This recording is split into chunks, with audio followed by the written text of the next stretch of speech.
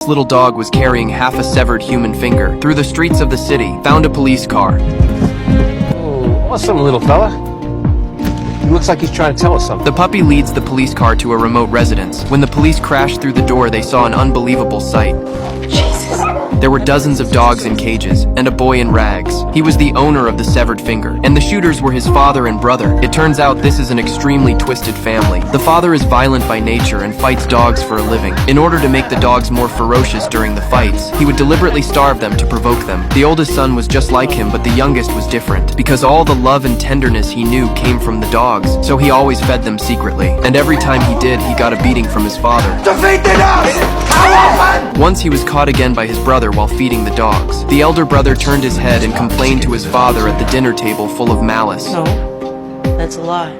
I swear, across my heart, I swear to die. Seeing his youngest son so disobedient, the father's anger built up in his chest. Now you love dogs, huh? Yes. Please, not at the table. More than you love your own family. I do. The furious father threw him into the dog cage without saying a word. This is your family now! And the weak mother just hid behind the door in silence. Soon after, Mom brought him many cans of food to hide secretly. Then she apologized to him through the cage and abandoned him forever. The boy has lived with dogs ever since. He accidentally found a small hole in the grocery room in the corner of the kennel. Inside were many magazines that his mom had hidden away. This little treasure became his school. He lived like this in the dog kennel for 3 years, and only a single thin blanket on snowy days. But he was content. That spring, a litter of puppies was born. He was taking care of them when his brother discovered the secret. I see them! Look at this. No. No, Richie. Wait and see what Dad's gonna do to your puppies when he finds out. He'll make dog food out of them. Richie, please. Don't do that. Or else? Don't do that, Richie. Richie, please. He ignored his brother's pleas and ran to tell his father. Soon the father came out with a shotgun. He was going to shoot the puppy. The boy continued to beg and plead that he would feed it himself, but the father wouldn't listen.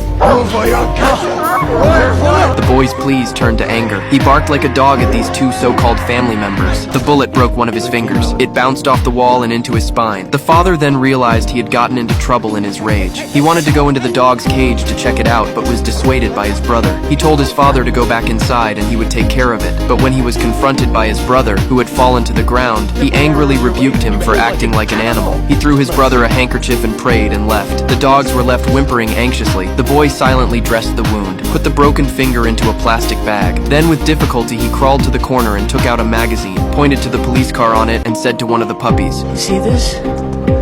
Car. I want you to find them and give them this. The police car. You got that?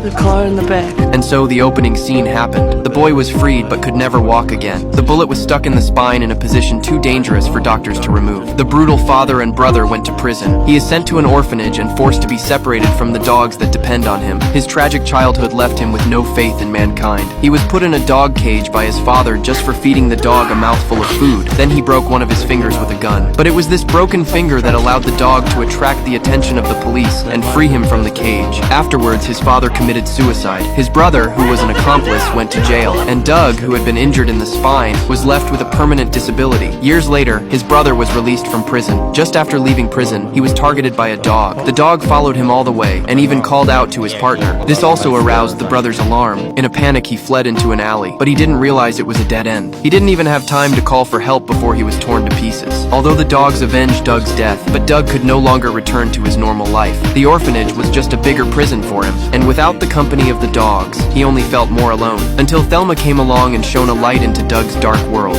She taught Doug how to put on makeup and took him to perform in plays. Thelma's kindness and patience made Doug feel warm again. They spent many good times together. Thelma became an integral part of Doug's life, but just when he wanted to take this relationship a step further, Thelma left suddenly. She was chosen by a theater company to follow her dream. Doug's heart seems to be drained, but he didn't want to be a stumbling block to Thelma's pursuit of her dream. He silently followed the other in the days that followed. explode. He even made a book about Thelma's experiences to document her growth and success. The day Selma went on the Broadway stage, Doug sat on the stage and applauded and cheered for him. Even when he was buried by the crowd that stood up, the strength in his hands only increased. Perhaps it was the only way to express his love for Thelma. Finally, he mustered the courage to come backstage. Happily, Selma had not forgotten him, and Doug also sent the long love letter. Thelma was so happy that she said it was the most heartfelt gift she had ever received. She then kissed Doug in excitement. But just when Doug wanted to take the opportunity to confess his love, Thelma's husband walks in. It turns out that Thelma has a family and is pregnant. Doug is devastated and runs away with only a message of good luck. Back at the stray dog shelter, Doug's pent-up emotions explode. He vented his anger at his disabled legs. He even stood up in spite of his life. He dropped his wheelchair and hissed like a wild animal.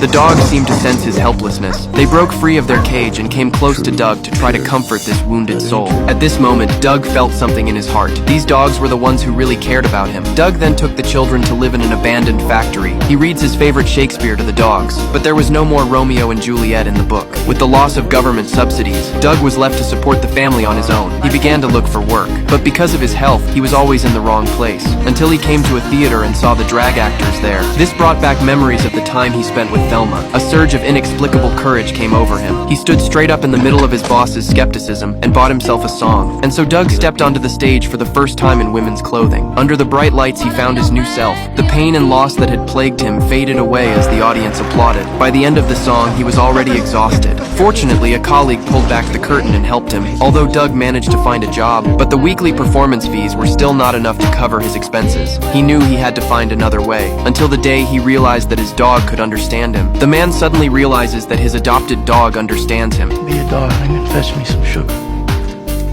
Watching this, Doug had a bold idea. He commanded the dog to sneak into the mansions of the rich, through the night to steal their gold and silver jewelry. Even though the rich people reported it to the police afterward, who would suspect a dog? It wasn't until investigators from the insurance company got involved. Only then did he notice the frequent stray dogs. He then followed the dog's trail to Doug's place. Only just as he walked through the front door, he was noticed by the sharp dogs. The knowledgeable Corgi notified his master at the first opportunity. Only then did Doug turn his head to look at the surveillance. It was discovered that the other party had already aimed their guns at the Doberman who was watching the door. In order to avoid the dogs being hurt, he could only choose to open the side door and let the other party in.